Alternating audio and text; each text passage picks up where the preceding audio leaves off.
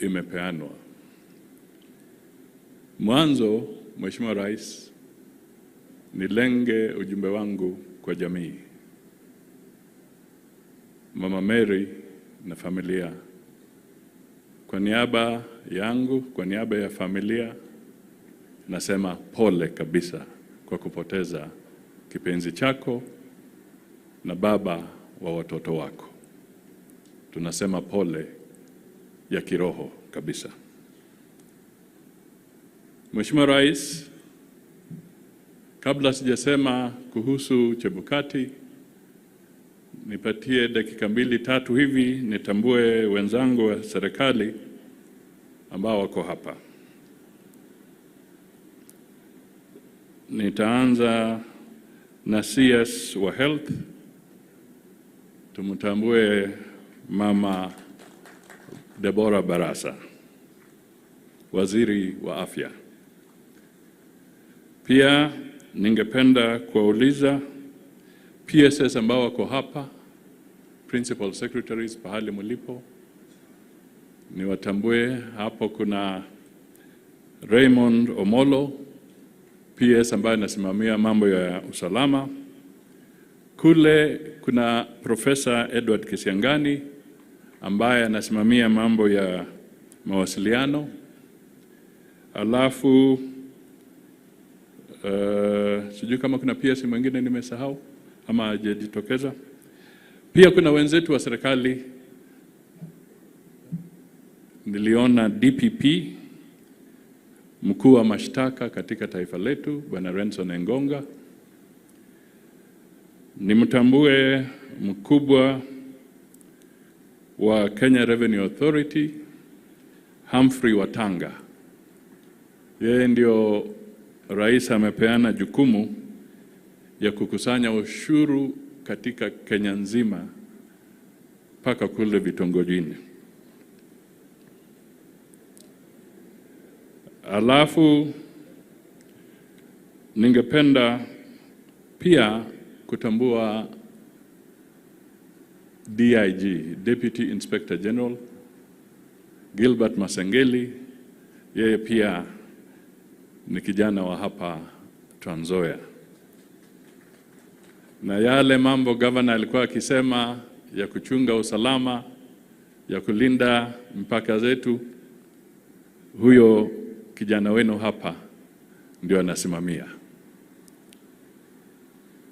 Pia ningependa, sijui kama yuko, lakini katika county hii nitambue kwamba Vice CDF General Omenda pia ni mkaaji wa county hii ya Trans Nzoia. Sasa wale wengine wa kiserikali, directors, CEOs, pahali mlipo, mkiinuka tu wherever you are, so that we can acknowledge you. There are so many, I could not have had the rest with me. Asanteni sana, let me acknowledge you. Your Excellency,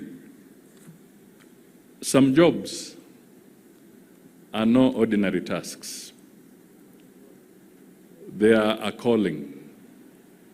They are a leap of faith. And many lives depend on those jobs. One such job is the job of being the chairperson of the IEBC, the job that our brother Chebukati was holding. It is thankless. Many lives depend on it.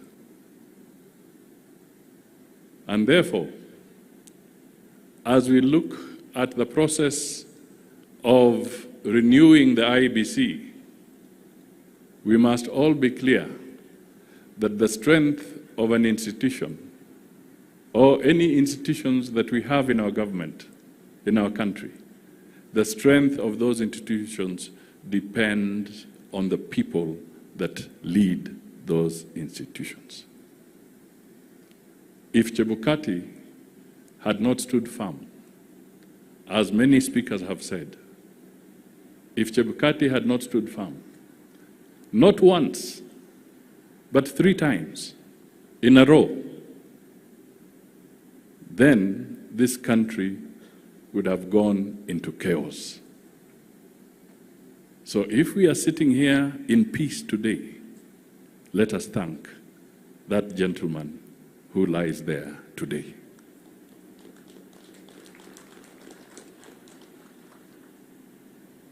He never gambled with people's lives.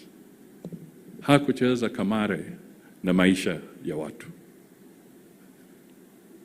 Alihakikisha kwamba ni lazima atekeleze wajibu wake kulingana na sheria na kuhakikisha kwamba ukweli ndio unafaulu. Alitufunza. And Your Excellency, it is now in the public domain. There is one bill that we call, it is now before Parliament, the Transition of Executive Authority and Assumption of Office Bill. Mimi nataka niambie wa Kenya, when you look at that bill, there are lessons that we have picked from the experience that Chebukati went through. Chebukati wanted to bring law and order. He wanted to make sure our systems transit, whether in transitional or whatever, are smooth.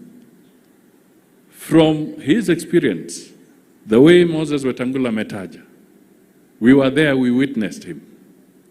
We learned one lesson, that we need to have order, good regulation, good laws, so that transitions for Kenya shall always be smooth and perfect and in accordance with the law.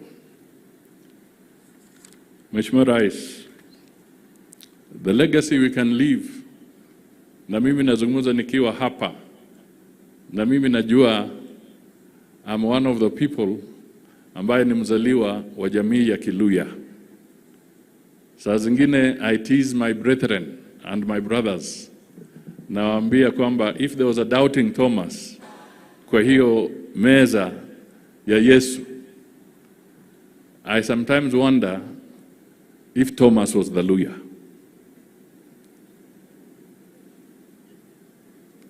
Kwa sababu kama kuna watu who will always doubt, even when everything is literally in front of you, bado anauliza maswelo garigario, negadodo, gikorich.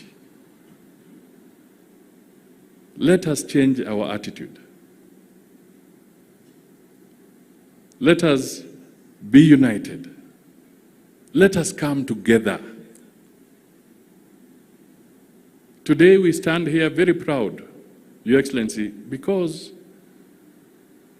we have seen dignity in 2 consecutive funerals. The funeral of Malulu Injendi, and today we have seen dignity in the funeral of Chebukati. I'm telling you, this is a rare occurrence. Ukua kama ni hadithi ya jaba. Kwa sababu tumekuwa tukienda kwa mazishi ni fujo. Mtu anataka kutoa tu statement, apate makofi, but there are no facts. Alafu tunaharibu heshima kwa wale wamefiliwa, tunaharibu heshima kwa kanisa, tunaharibu heshima kwa sisi wote.